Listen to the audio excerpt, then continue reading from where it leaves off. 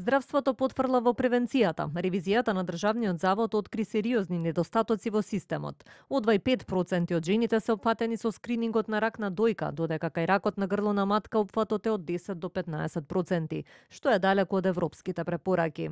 Истовремено долго се чека и за добивањето резултати. Во просек 25 дена до 2 месеци се чекаат на одите од мамографските прегледи, а долго се чека и за резултатите од пап тестовите. Сето ова резултира со задоцнато откривање и лекување на болеста, утврдуваат ревизорите. Податоците од ревизорскиот извештај се однесуваат на периодот од 2021 до 2024 година, но според пациентските здруженија состојбата е иста и сега.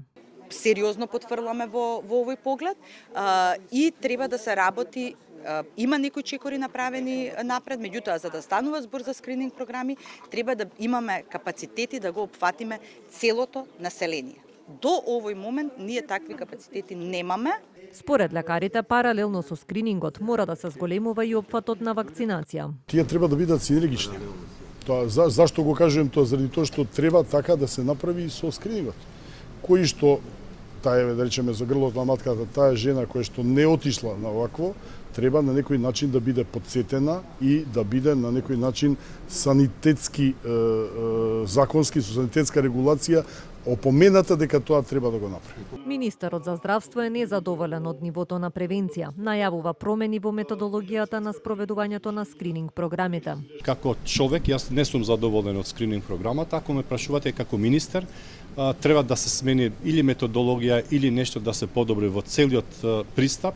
Затоа ќе бараме од надлежните институции во Министерството за здравство да се промени таа методологија, освен скрининг програмата, да има и следење на постскрининг програмите, кој што е многу битен момент.